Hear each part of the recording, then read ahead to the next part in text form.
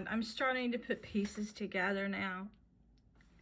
As I told you, I've always been fascinated with Egyptian art and great beauty, and trying to see the mystifying secret as to why, when I was at the Louvre, I noticed most of the sarcophaguses had birds on them, and I thought, well, there was some attachment they had to birds, and I thought perhaps they thought birds represented heaven to them. I didn't know that people today can put the human soul in a bird. Now, I ate chicken and I didn't want to yesterday, and I know it's a different kind of bird, but I'm wondering, am I eating a human soul? I mean, I have witnessed what they have done. These monsters here now are putting birds, people like that. They're even putting humans in plants and flowers. That's the kind of creatures they are. They say it's alien. I think it's Satan destroying everything beautiful. But when I was at the Louvre, one day, I spent just the whole day in the mummy section only, and I was so close to those things, observing every detail in that whole Egyptian mummy collection.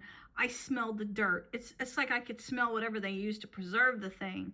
When I left, it was kind of a sickening feeling, but I just wanted to know. I've always been curious about the afterlife, so I thought that they had a lot of secrets that I was trying to understand. Well, there was these objects, and there was this one particular horrific looking creature that scared me. And then, I mean, I went and toured the whole museum. Nothing frightened me. But there's this one thing, if I can remember correctly, it was kind of like this, only more ghastly, maybe another image. The thing, it made me feel like it was really evil, like a real devil. And I remember, and went and got, was it what, to get Bob or to get the priest? See, I went 2 different times. Once was with the priest, and other times with my husband. I went and got them, and I said, that thing is horrific. It really scares me, and objects never did before. I said, I feel this really evil presence, something just very unspeakable. And I thought, can it be cursed? And at the time, I didn't believe in curses. Nothing could have made me believe in a curse. But then this kind of reminds me of Panuzu. Like I said, I never had any problem with this property at all. I never thought there was anything on my property. But I did encounter in Kentucky, in this vicinity, a paranormal activity. And when I stayed in the old house my husband had lived in with his ex for a few months, this dark entity came, and actually later, it came there. It came there. It was, and one time after I came out here, I was in my parents' house. They had just had freshly built. And I had been in a car accident, and I couldn't breathe at night. And my throat was clamping shut. I broke my jaw, but I had real bad TMJ before that. And they couldn't get the swelling down. And I couldn't breathe at night. And just when it was unbearable, this dark thing climbed in the window. It was black. I said, that's what they based that one movie on, things I described about this entity. I said, it is the darkness, and it won't let you see its face. It's black. It is the darkness. And it climbed in the window, and it would creep along beside my bed, and I'd look over and see it in the floor, and then it would just kind of creep around. And it was a man's silhouette, but solid black. Really, but otherwise I would say, what kind of weird group would let people go in museums if artifacts are really cursed? And then I was thinking, could I have brought this Panuzu thing back to Kentucky? But I doubt it. I mean, I filmed its face on a bull around the corner. It's all over my property. I've always known Satan was here. I've always felt it. But I don't believe Satan and Panuzu are the same. I could be mistaken. Supposedly, Panuzu's never been out of hell. He's always been on a higher level of hell, which is, there's no such thing, but the upper region.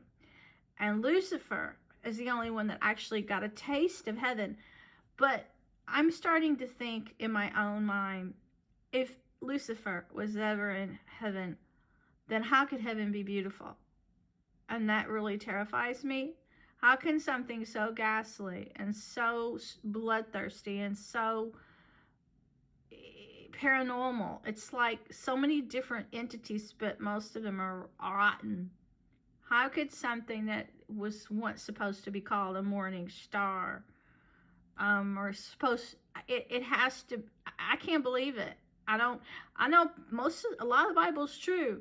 And all my life, I kind of envision that he would be like the serpent, the snake. And God said he's beneath your feet. But in some passages say he's beautiful. Isn't the serpent supposed to be Satan? And if the serpent worked for Satan, was just one of his low crawling creatures, why did God design these creatures? You know, that attack man. And Satan seems to represent a lot of the creepy crawlers. And why would he create those things when he creates so much beauty on the planet? And why is it's just killing my mind, because I've witnessed so many things no human should. I've witnessed this guy named Blue said he was going to put my dad's soul in a moth, and I said, I don't believe you. And he showed me a picture of a brown moth. The next day, this moth came, landed on me for about an hour, about half an hour, not an hour, half an hour, wouldn't leave. Then he said he's going to put him somewhere else. Then this person said, I swear to God, this is what they're saying. But my question is, if these evil people that have conjured stuff understand forbidden power, and they're putting real human bodies on display, and people that are in pit paintings of victims, are they cursing people with objects in museums? I mean, it's baffling.